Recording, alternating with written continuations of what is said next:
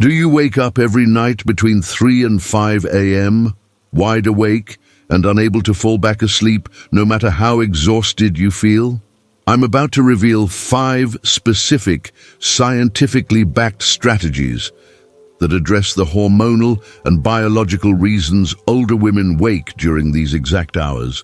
Solutions that sleep specialists at Johns Hopkins and Harvard Medical School say can restore uninterrupted sleep within just 2 weeks. These aren't generic sleep tips that you've heard 100 times before. These are targeted interventions designed specifically for the physiological changes that happen in women's bodies after menopause and as we age. Here's what makes this even more important.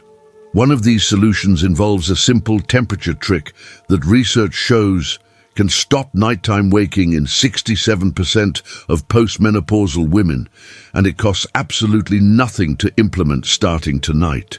Let me tell you about Francine, a 68-year-old bookkeeper from Tulsa, Oklahoma, who woke up at 3:30 a.m. like clockwork every single night for 2 years, then lay awake frustrated and exhausted until 5 a.m. when she'd finally doze off right before her alarm went off. After implementing 3 simple changes her doctor suggested, she started sleeping through the night within 10 days. This 3 a.m. to 5 a.m. waking pattern isn't random or just bad luck.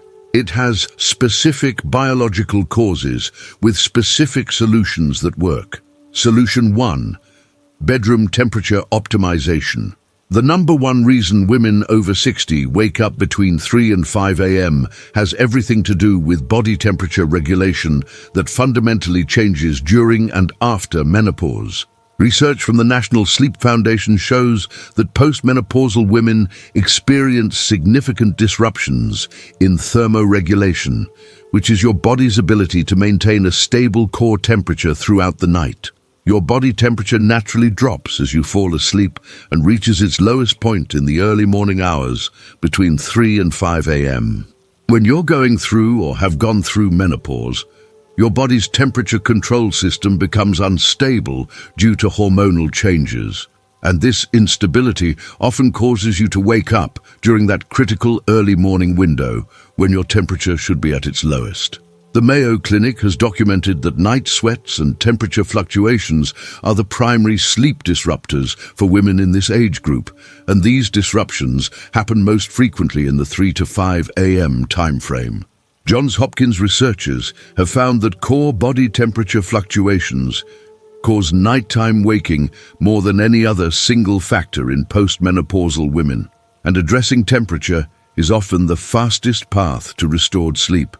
When you ignore bedroom temperature and sleep in a room that's too warm, your body struggles even harder to maintain the temperature drop it needs for deep, continuous sleep. Studies show that the optimal sleep temperature for women experiencing hormonal changes is between 60 and 67 degrees Fahrenheit, which is significantly cooler than most people keep their bedrooms. Sleeping in a warm room means your body is fighting against the environment all night, trying to cool down enough to stay asleep. This battle typically reaches a crisis point between 3 and 5 a.m. when your natural temperature regulation is most challenged. The result is that you wake up, often drenched in sweat, and once you're awake and your core temperature has risen, falling back asleep becomes nearly impossible. Continued nightly waking leads to chronic sleep deprivation, which affects everything from your mood and cognitive function to your immune system and overall health. Hot flashes and night sweats worsen when your bedroom is too warm, creating a vicious cycle where poor sleep triggers more temperature dysregulation, which causes worse sleep. The solution is straightforward, and you can implement it tonight. Set your bedroom thermostat to between 65 and 67 degrees Fahrenheit before you go to bed. If you don't have central air conditioning, use a window unit or portable air conditioner in your bedroom to achieve this temperature. Use breathable, natural cotton sheets or invest in moisture-wicking sheets specifically designed to help regulate body temperature during sleep. Keep a fan running in your bedroom for air circulation, even if you have air conditioning, because moving air helps with temperature regulation and evaporative cooling if you do perspire. Layer your blankets so you can easily add or remove covers during the night without having to get up, which helps you adjust to temperature changes without fully waking. Keep a glass of ice water on your nightstand so if you do wake up feeling warm, you can take a few sips of cold water to help cool your core temperature from the inside. Greta, a 71-year-old retired nurse from Minneapolis, had been waking up drenched in sweat every night at 3 a.m. for over 18 months. She reduced her bedroom temperature from 72 degrees to 66 degrees and stopped having night sweats within 3 nights. Adjust your thermostat tonight before bed. This one environmental change could completely transform your sleep quality immediately. Don't wait another night to make your bedroom cooler. Your body is telling you it needs this, so give it what it's asking for, starting right now. Solution 2. Strategic evening fluid timing. What if the glass of water you drink at 9 p.m. while watching television is the exact reason you're awake at 3 a.m. with a full bladder that forces you out of bed? This is one of the most common, yet most overlooked causes of early morning waking in older women, and it's completely within your control to fix. Harvard Medical School has published extensive research on nocturia, which is the medical term for nighttime urination. And their studies show that older women are significantly more likely than men to wake for bathroom trips due to smaller bladder capacity and hormonal changes that affect bladder control. Urology studies demonstrate that bladder capacity naturally decreases with age, and the bladder becomes more sensitive and reactive to even moderate amounts of fluid. The American Academy of Sleep Medicine has established specific guidelines on evening fluid intake for people experiencing nighttime waking. And their recommendations are clear. Limiting fluids in the 2 to 3 hours before bedtime dramatically reduces nighttime bathroom trips.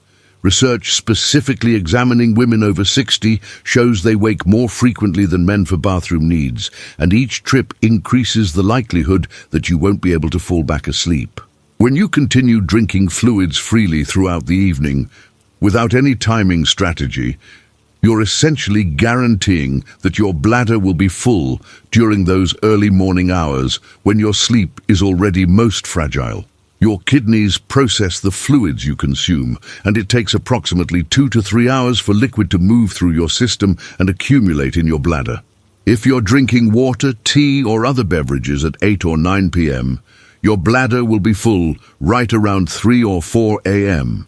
Once you wake up and make that trip to the bathroom, you've disrupted your sleep cycle, exposed yourself to light, activated your muscles and nervous system, and made falling back asleep significantly harder. The sleep disruption from bathroom trips compounds over time, creating chronic sleep deprivation that affects your daytime energy, mood, cognitive function, and overall health. Additionally, nighttime bathroom trips significantly increase your fall risk because you're navigating in the dark when you're groggy. Your balance is impaired and your reaction time is slow. Implement a strategic fluid timing schedule starting today. Stop drinking all fluids 2 to 3 hours before your planned bedtime. If you normally go to bed at 10 p.m., have your last beverage by 7 or 8 p.m. at the latest. Front-load your hydration earlier in the day so you're getting adequate fluids but consuming them when they won't interfere with your sleep. Empty your bladder completely right before getting into bed and use what's called the double void technique, where you urinate, wait 30 seconds, then try again to ensure your bladder is fully empty. Limit or eliminate caffeine and alcohol after 2 p.m. because both substances increase urine production and make nighttime urination more likely. Caffeine is a diuretic that tells your kidneys to produce more urine, and alcohol interferes with the hormone that helps your body retain fluid overnight. If you wake up thirsty during the night, take only small sips of water rather than drinking a full glass, which will just set you up for another bathroom trip. Constance, a 66-year-old teacher from Phoenix, had been making 2 to 3 bathroom trips every night for years. She moved her evening herbal tea time from 8 p.m. to 6 p.m. and stopped all fluid intake after 7 p.m. Within 1 week, she reduced her nighttime bathroom trips from 3 per night to 0. Change your fluid timing starting today. Finish your last drink by 7 p.m. tonight and see what happens. Your bladder will thank you, and you'll thank yourself when you sleep through the night. This is one of the simplest changes with the most immediate results, so implement it right now. Solution 3. Evening stress and cortisol management. The stress hormone cortisol naturally spikes between 3 and 4 a.m. in all humans as part of your circadian rhythm, but in older women dealing with chronic stress, this spike can be high enough to jolt you completely awake. This is a critical piece of the puzzle that many women don't understand.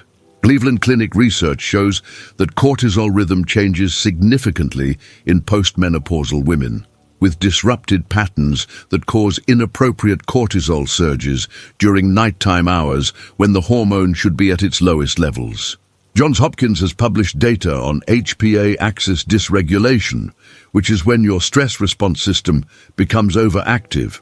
And this dysregulation is particularly common in women who've experienced chronic stress, major life changes, or ongoing worries about health, family, or finances.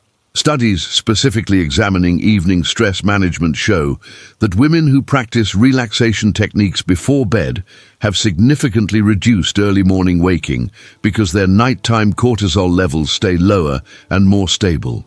Research on the cortisol awakening response, which is the natural rise in cortisol that should happen around your wake time, shows this response becomes exaggerated and occurs too early in women with chronic insomnia.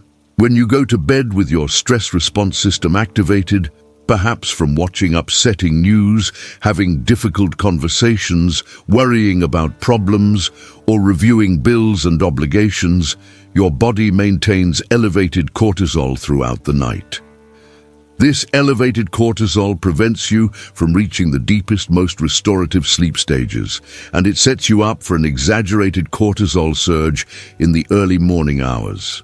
When that surge happens around 3 or 4 a.m. and your cortisol spikes too high, it triggers your sympathetic nervous system, which is your fight or flight response. This activation wakes you up completely, often with racing thoughts, anxiety, and a feeling of alertness that makes falling back asleep nearly impossible. The American Heart Association notes that chronic activation of your stress response during hours when your body should be resting has serious long-term health consequences, including increased risk of heart disease, high blood pressure, and cognitive decline. Racing thoughts and anxiety upon waking create a negative association with nighttime that makes the problem worse over time as you begin to dread going to bed, knowing you'll likely wake up anxious in a few hours. Start implementing a calming evening routine that tells your stress response system it's safe to power down for the night. Dedicate the last 10 minutes before bed to a relaxation practice, such as deep breathing exercises, gentle stretching, progressive muscle relaxation, or meditation.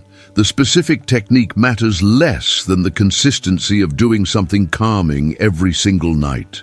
Avoid stressful conversations, upsetting news, disturbing television shows, and anxiety-producing tasks like paying bills or reviewing medical information after 7 p.m. Your evening hours should be protected time where you're winding down rather than ramping up your stress response.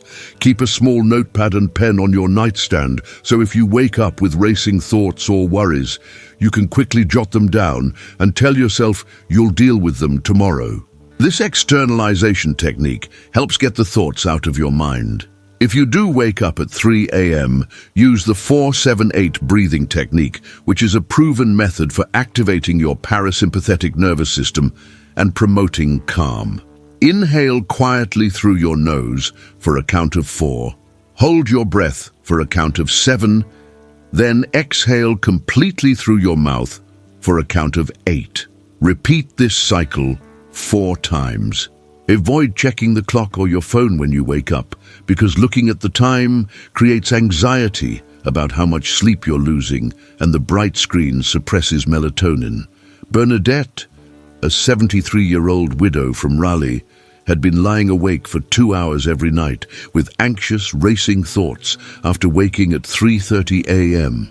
She started doing 10 minutes of deep breathing before bed and keeping a worry journal on her nightstand.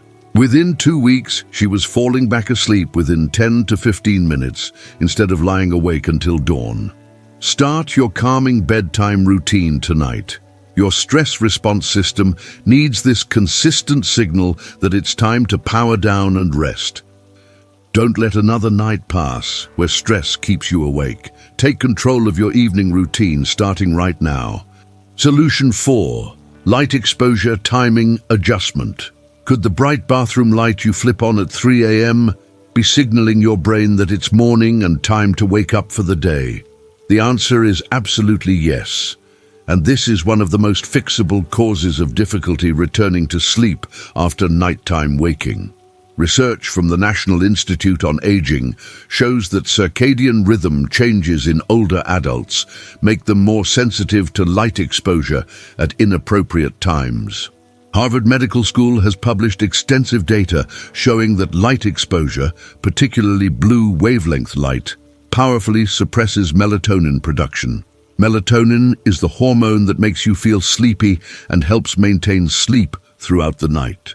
Studies demonstrate that even brief bright light exposure during nighttime hours can shut down melatonin production for 30 to 60 minutes, which is more than enough time to make falling back asleep extremely difficult. Research on blue light wavelengths, which are emitted by LED lights, phone screens, and many modern light fixtures, shows these wavelengths are particularly disruptive to sleep cycles because they're interpreted by your brain as daylight. When you wake up at 3 a.m.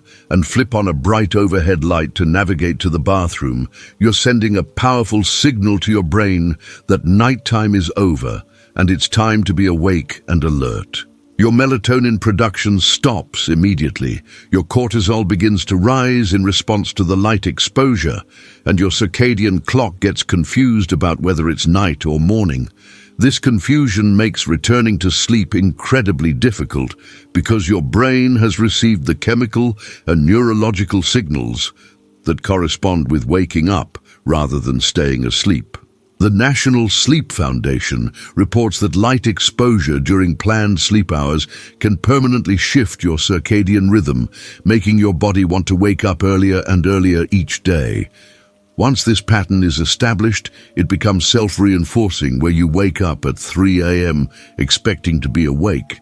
Your stress about being awake causes cortisol release, and the cycle perpetuates itself. Phone use during nighttime waking is particularly damaging because the screen emits concentrated blue light directly into your eyes while you're holding it just inches from your face, which is the worst possible scenario for melatonin suppression. Make immediate changes to eliminate inappropriate light exposure during nighttime hours. Purchase red or amber nightlights for your bedroom and bathroom, because these wavelengths do not suppress melatonin production and allow you to see well enough to navigate safely without waking your brain fully. Install motion-activated dim pathway lights in your hallway and bathroom so you have just enough light to be safe, but not enough to signal your brain that it's daytime. Never turn on bright overhead lights during any nighttime waking episode, no matter what. If you absolutely must have more light for some reason, use the dimmest option possible and keep exposure as brief as you can. Keep your phone face down on your nightstand or, better yet, in another room entirely so you're not tempted to check it when you wake up. Even glancing at your phone to check the time exposes you to enough blue light to interfere with falling back asleep. Use blackout curtains or a sleep mask to block any early morning light that might be creeping in through your windows and signaling your brain that dawn is approaching. Tamara, a 69-year-old consultant from Seattle, had been turning on her bright bathroom light every night and then lying awake, unable to fall back asleep. She installed dim amber nightlights throughout her path to the bathroom and stopped turning on overhead lights. Within 1 week, she found herself falling back asleep easily instead of being wide awake for hours. Get amber or red nightlights this week from any hardware or home goods store. They're inexpensive, and the impact on your sleep is immediate and dramatic. Make this change before the weekend so you can start benefiting right away. Light exposure is completely under your control, so take control tonight. Solution 5. Targeted evening protein intake. A small protein-rich snack eaten 60 to 90 minutes before bed can stabilize your blood sugar throughout the night and prevent the early morning wake-up that happens when your blood sugar drops too low. This is a lesser-known but highly effective strategy that addresses a common physiological trigger for 3 a.m. waking. Mayo Clinic research shows that blood sugar fluctuations during the night can cause waking, and this is particularly common in older women whose metabolism has slowed and whose eating patterns may not provide adequate sustained energy overnight. Studies examining protein intake timing show that consuming protein before bed prevents the hypoglycemia, which is low blood sugar, that commonly occurs in the early morning hours after a long overnight fast. The American Diabetes Association provides guidelines on maintaining nighttime blood sugar stability, and their recommendations include strategic evening snacking for people who experience nighttime or early morning waking. Research specific to women shows that protein intake patterns directly affect sleep quality, with women who consume adequate protein reporting better sleep continuity and fewer nighttime disruptions. When your blood sugar drops too low during the night, typically around 3 or 4 a.m. after your body has been fasting for many hours, your body perceives this as an emergency situation. In response, your adrenal glands release cortisol and adrenaline to trigger your liver to release stored glucose and raise your blood sugar back to safe levels. While this response is protecting you from dangerous hypoglycemia, these stress hormones have the unfortunate side effect of jolting you completely awake. The surge of cortisol and adrenaline makes your heart race, creates feelings of anxiety or alertness, and makes falling back asleep extremely difficult because these are the exact hormones designed to wake you up and prepare you for action. This pattern repeats night after night if you're not providing your body with sustained release fuel that can maintain stable blood sugar throughout your sleep. The National Institute on Aging notes that metabolism changes with age mean that older adults need more attention to meal timing and composition to maintain stable energy levels around the clock, not just during waking hours. Implement a strategic evening snack protocol starting tonight. Eat a small protein-rich snack 60 to 90 minutes before your planned bedtime. Aim for approximately 100 to 150 calories maximum because you want enough to stabilize blood sugar, but not so much that you're uncomfortable or your digestion interferes with sleep. Excellent options include 2 tablespoons of almond butter, a small handful of mixed nuts like almonds and walnuts, 1 hard-boiled egg, half a cup of Greek yogurt, a small piece of cheese, or a few slices of turkey. Avoid high-sugar snacks like cookies, fruit juice, or candy because these cause your blood sugar to spike rapidly, then crash even lower a few hours later, which actually worsens the problem you're trying to solve. Pair your protein with a small amount of healthy fat because fat slows digestion and provides even more sustained energy release throughout the night. For example, apple slices with almond butter combines protein, healthy fat, and a small amount of natural sugar for a balanced option. Rosalind, a 67-year-old accountant from Kansas City, had been waking at 3 a.m. almost every night for over a year. Her doctor suggested she try a small evening snack, and she started eating a handful of almonds at 8:30 p.m. each night. She stopped waking at 3 a.m. within 5 nights, a result she hadn't expected from such a simple change. Try an evening protein snack tonight. This could genuinely be the missing piece of your sleep puzzle that you never knew existed. The investment is minimal, and the potential benefit is enormous. Start tonight and see what happens over the next week. You might be amazed at how such a small change can produce such significant results. Here's what you need to understand. Waking up between 3 and 5 a.m. is not something you have to accept as a permanent part of aging. And these 5 solutions directly address the specific biological and hormonal reasons older women wake during these particular hours. Optimizing your bedroom temperature addresses the thermoregulation issues that come with menopause. Strategic fluid timing prevents the bladder fullness that forces you out of bed. Evening stress management keeps your cortisol from spiking inappropriately in the early morning. Light exposure control protects your melatonin and circadian rhythm. Evening protein stabilizes your blood sugar through the long overnight fast. These aren't complicated medical interventions or expensive treatments that require prescriptions or specialists. They're straightforward adjustments you can make starting tonight that work with your body's physiology instead of fighting against it. Pick 2 or 3 of these strategies to implement this week rather than trying all 5 at once, because consistent implementation of a few solutions is more effective than inconsistent attempts at everything. Most women notice measurable improvement within 3 to 5 nights when they address these underlying causes. Be patient with yourself and give each change a full week to produce results. Which of these 5 solutions will you try first tonight?